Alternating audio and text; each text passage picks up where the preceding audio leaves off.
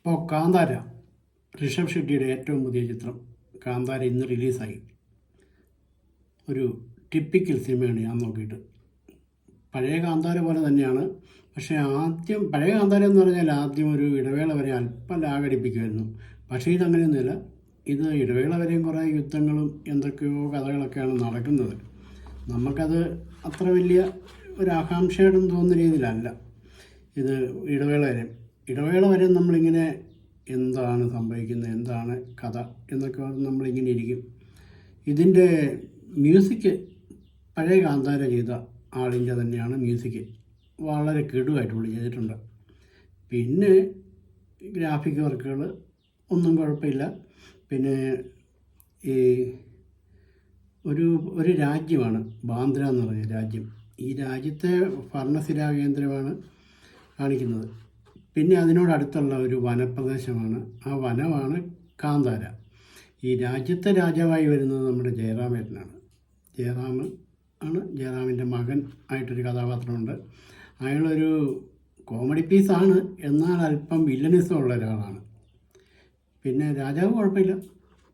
പിന്നെ ആ തൊട്ടടുത്തുള്ള ഒരു ആദിവാസി ഊരാണ് ഈ കാന്താര എന്ന് പറയുന്ന സ്ഥലം. അവിടെ മൊത്തത്തിൽ ആദിവാസികളാണ്. അവർക്ക് ഒരുപാട് ദൈവങ്ങളുണ്ട്. ഈ ദൈവങ്ങളെല്ലാം അവർ ഈ വനത്തിൻ്റെ ഒരു പ്രത്യേക ഭാഗത്തായിട്ട് താമസിപ്പിക്കുകയൊക്കെ ചെയ്തിരിക്കുകയാണ്. ഒരുപാട് ജനങ്ങളാണ് അവിടെ വസിക്കുന്നത്.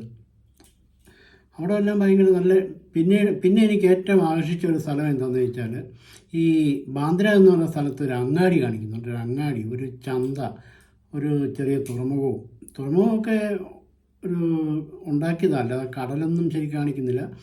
ചെറിയ ഒരു തടാകത്തിൻ്റെ സൈഡിലായിട്ടാണ് ഈ തുറമുഖമൊക്കെ വന്നിരിക്കുന്നത്. പക്ഷേ ഈ അങ്ങാടി ഒരു 1700 ആ ഒരു കാലഘട്ടമാണ് കാണിക്കുന്നത്. പക്ഷേ ഈ അങ്ങാടി എന്നാ തന്മയത്വമായിട്ടാണ് ചെയ്തിരിക്കുന്നറിയോ. നല്ല സ്റ്റൈലാണ്. നിറച്ച് കടകളും, ആ പഴയ കാലത്തെ കടകളും, ആ പഴയ വേഷങ്ങളിലുള്ള തിങ്ങി ജനങ്ങളും, അങ്ങനെ കച്ചവടം തകൃതിയായി നടക്കുന്ന ഒരു അങ്ങാടി. പിന്നെ വിദേശികളുടെ ഒരു ആധിപത്യവും കടന്നുകയറ്റമൊക്കെ ഇതിനകത്ത് കാണിക്കുന്നുണ്ട്. അറബികൾ വന്ന് സാധനങ്ങൾ വിലയ്ക്ക് മേടിക്കാൻ വരുന്നതും ഇങ്ങനെയുള്ള കുറേ കാര്യങ്ങളൊക്കെ ഉണ്ട്. പിന്നെ ഈ വേറെ എടുത്ത് പറയത്തക്കതായിട്ട് ഇതിൻ്റെ മ്യൂസിക്, കാന്താരയുടെ മ്യൂസിക് പോലെ തന്നെയാണ് ആ പഴയ ഭാഗത്തിൻ്റെ മ്യൂസിക്. ആ ഒരു BGM ഒക്കെ ഇതിനകത്തും വരുന്നുണ്ട്. പിന്നെ നല്ല ഫോട്ടോഗ്രാഫിയാണ്. പിന്നെ കുറേ രാഷ്ട്രീയം, കുറേ മിത്ത്, ഇങ്ങനെ കുറേ സംഭവങ്ങളാണ് ഇതിൻ്റെ മെയിൻ ഇതായിട്ട് വരുന്നത്. ഈ നമ്മുടെ ജയറാമിന് ഒരുപാട് കാലം കൂടിയാണ് ഒരു കേരളത്തിന് വെളിയിലുള്ള ഒരു പടം കിട്ടി. അത് വളരെ ബെറ്ററായിട്ട് പുള്ളി ചെയ്തിട്ടുണ്ട്. ബെറ്റർ നല്ല കിടുക്കാനായിട്ട് പുള്ളി ചെയ്തിട്ടുണ്ട്. ജയറാമിൻ്റെ റോള് അത്രയും സെറ്റപ്പാണ്. പിന്നെ ഇതിനകത്ത് ജയറാമിൻ്റെ മകളായിട്ട് വരുന്നത് ശ്രീയുണ്ട്. എൻ്റെ പൊന്നോ, ഒരു അന്യായ ശ്രീ തന്നെയാണ്. ഒരു ഭയങ്കര അഭിനയം. അവർ നല്ലതായിട്ട് ചെയ്തിട്ടുണ്ട്. പിന്നെ ഈ വനത്തിലുള്ള കുറേ പൂജാരികളും മന്ത്രവാദികളും ഇവരെല്ലാം ഉണ്ട്. പക്ഷേ നമ്മൾ ഈ പടം തുടങ്ങുന്നത് തന്നെ ഒരു വലിയൊരു ആക്ഷനിലാണ്. പണ്ടത്തെ നമ്മുടെ ഋഷഭ് ഷെട്ടിയുടെ ഒരു ഇതുണ്ടല്ലോ, ആന്ന് അമർന്ന് കുറേ ഭാഗം, കുറേ കാർന്നുണ്ടല്ലോ, ആന്ന് ആ സീനൊക്കെ കുറേ പ്രാവശ്യം ഇതിനകത്ത് കാണിക്കുന്നുണ്ട്. അങ്ങനത്തെ ഭാഗങ്ങൾ ഇടവേള വരെ നമ്മൾ വലിയ ഒരു ഇതില്ലാതെയൊക്കെ അങ്ങ് പോകും. ഇടവേള കഴിഞ്ഞ് പിന്നെ തീ എന്ന് പറഞ്ഞാൽ തീയാണ്. പിന്നെ തിയേറ്റർ മുഴുവൻ കത്തുകയാണ്. അതുപോലത്തെ സീനാണ് പിന്നെ അങ്ങോട്ട് വരുന്നത്. ഒരു തടസ്സമില്ലാതെ പോവുകയാണ് ആ സീനുകൾ. ഇങ്ങനെ പോയി ഒരു കുറേ കഴിഞ്ഞ് കഴിയുമ്പോഴത്തേന് നമ്മുടെ ഈ കാന്താരയ്ക്കകത്ത് കണ്ട അതേ സംഭവം പോലെ തന്നെ ഒരു തവണ ഈ പുള്ളി പെട്ടെന്നൊരു വരാഹമൂർത്തിയൊക്കെ പുള്ളിയുടെ ശരീരത്തിൽ കയറിയിട്ട് പുള്ളി ഭയങ്കര ഒരു സീനിലിട്ട് വരുന്നുണ്ട്. ആ ഭാവം നമ്മളെല്ലാവരും കൈയടിച്ചു. പിന്നെ എന്നാ ഈ പടം കാണാൻ തുടങ്ങി ഒരു മണിക്കൂർ കഴിയുമ്പോൾ നമ്മൾ ഈ പടത്തിലേക്ക് അങ്ങ് ലയിക്കുകയാണ്. നമുക്കതുപോലെ നമ്മൾ ഈ പടത്തിൻ്റെ ഒരു ഭാഗമായി മാറുക. അത്രയും എനിക്ക് ഇഷ്ടപ്പെട്ട പടമാണ്. എനിക്ക് എൻ്റെ ആ തിയേറ്റർ ഉണ്ടായിരുന്ന എല്ലാവരും നല്ല കയ്യടിയോടെയാണ് ഒരു കർണാടക പടത്തെ ഇതുപോലെ സ്വീകരിക്കുന്നത് ഞാൻ ആദ്യമായിട്ടാണ് കാണുന്നത്. എന്നാൽ നമ്മൾ ഈ ആദ്യത്തെ കാന്താര കണ്ടപ്പം ഒരു സാധാ കന്നഡ പടം പോലെയാണ് നമ്മളതിൻ്റെ ഇടവേള വരെയും. ലാസ്റ്റ് ഒരു 20 മിനിറ്റ് നേരമാണ് നമ്മളെ പിടിച്ചിരുത്തിയത്. എന്നാൽ ഇതങ്ങനെയല്ല. ഇത് തുടക്കം മുതലേ നല്ല ഇതിൽ തന്നെയാണ് പോകുന്നത്. പക്ഷേ ഇടവേള കഴിഞ്ഞ് കഴിയുമ്പോൾ ഞാൻ പറഞ്ഞില്ലേ, ഫുള്ള് തീയാണ് പിന്നെ കാണുന്നത്. തീ എന്ന് പറഞ്ഞാൽ തിയേറ്ററിൽ നിന്ന് നമ്മൾ രക്ഷപ്പെട്ടു എന്ന് പറഞ്ഞാൽ അതുപോലത്തെ സീക്വൻസാണ് മൊത്തം പിന്നെ ഭാഗങ്ങളും കാണുന്നത്. വലിയ പാട്ടൊന്നും അങ്ങനെ ഇല്ല കേട്ടോ. പക്ഷേ ഉള്ളത് ചെറിയ 1-2 ലൈനുകളൊക്കെ ഉണ്ട് പാട്ടുകൾ. ഇതെല്ലാം വളരെ ബെറ്ററാണ്.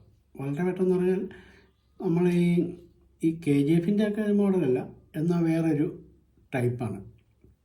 ശുഭഷെട്ടി അദ്ദേഹത്തിൻ്റെ അഭിനയം അപാര അഭിനയമാണ്. ഒരുപാട് മൂർത്തികളൊക്കെ ഉണ്ട്, ഒരുപാട് ഹിന്ദു മൂർത്തികളൊക്കെ ഒത്തിരി പേരുണ്ട്. ഇവരെല്ലാവരും ഓരോ രംഗത്ത് വരുന്നു പോകുന്നു. പിന്നെ നമ്മുടെ ഈ മാളികപ്പുറത്തിനകത്ത് വില്ലനായിട്ട് വന്ന ആ പുള്ളിയുണ്ട്, പുള്ളി കുറച്ച് നേരം ഇതിനകത്ത് വരുന്നു. പിന്നെ ഒരുപാട് വില്ലന്മാർ, ഒരുപാട് കുറേ കോമഡിയൊക്കെ ഉണ്ട്. കോമഡിയൊന്നും നമുക്കങ്ങനെ വലിയ ഒരു ബോറും തോന്നില്ല, എന്നാലും ഒരു ചെറിയ കോമഡിയൊക്കെ ഉണ്ട്. പിന്നെ ആ കൊട്ടാരമൊക്കെ നല്ല കൊട്ടാരമൊക്കെയാണ്, നല്ല കൊട്ടാരവും പഴയ കാലമൊക്കെ ക്രിയേറ്റ് ചെയ്തേക്കുന്ന നല്ല വളരെ മനോഹരമായ രീതിയിലാണ് ഈ പഴയ കാലങ്ങളെല്ലാം കാണിക്കുന്നത്. ഈ നമുക്ക് ആ കാലഘട്ടം നമുക്ക് എടുത്ത് കാണിക്കുന്ന രീതിയിൽ കൂടെയാണ് ചെയ്തിരിക്കുന്നത്. അതുപോലെ അന്നത്തെ കാലത്തെ ആയുധങ്ങൾ, കച്ചവടങ്ങൾ, കുരുമുളക് കച്ചവടം, പിന്നെ അങ്ങനെ ഈ ആദിവാസികൾ കൊണ്ട് ഈ കഞ്ചാവ് വരെയും വിൽക്കുന്നുണ്ട് അവിടെ. ഇതൊക്കെ മേടിച്ച് സായിപ്പിൻ്റെ ഈ ചുരുട്ടിനേക്കായാലൊക്കെ ഭയങ്കര സുഖമാണ്. നമ്മുടെ ആദിവാസികളുടെ ബീഡി എന്നൊക്കെ പറഞ്ഞുകൊണ്ട് വലിയ വലിച്ചർമാദിക്കുന്നതൊക്കെ ഉണ്ട്. പിന്നെ അതിനകത്തൊരു വലിയൊരു കോട്ട കൊത്തളങ്ങളും ഇതെല്ലാം നിർമ്മിച്ചിരിക്കുകയാണ്. അതെല്ലാം നമ്മൾ കണ്ട ഒരു സെറ്റിട്ടാണെന്നൊന്നും തോന്നുന്നില്ല. നല്ല വളരെ ഭംഗിയാവണ്ണമാണ് ഇതൊക്കെ ചെയ്തിരിക്കുന്നത്. ആര് കണ്ടാലും ഒരു കുറ്റം പറയത്തില്ല. പിന്നെ മൊത്തത്തിലെല്ലാം കൊണ്ടും നല്ലൊരു ചിത്രം, നല്ലൊരു സിനിമയാണ്. എല്ലാവർക്കും കാണാം, ഒരു മുഷിച്ചിലും ഇല്ലാതെ എല്ലാ ആൾക്കാർക്കും കാണാവുന്നൊരു പടം. ഒരു 2.25 മണിക്കൂർ നേരമുണ്ട്. തകർപ്പ മ്യൂസിക്. ഇറങ്ങിക്കഴിയുമ്പോഴാണ് നമ്മൾ ജീവൻ നേരെ വീണ പോലെ തോന്നുന്നത്.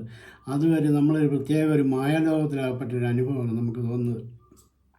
അതുപോലുള്ള സൗണ്ടും ഇടിച്ചും നെഞ്ചിടിപ്പൊക്കെ കണ്ടാലും വർദ്ധിക്കും.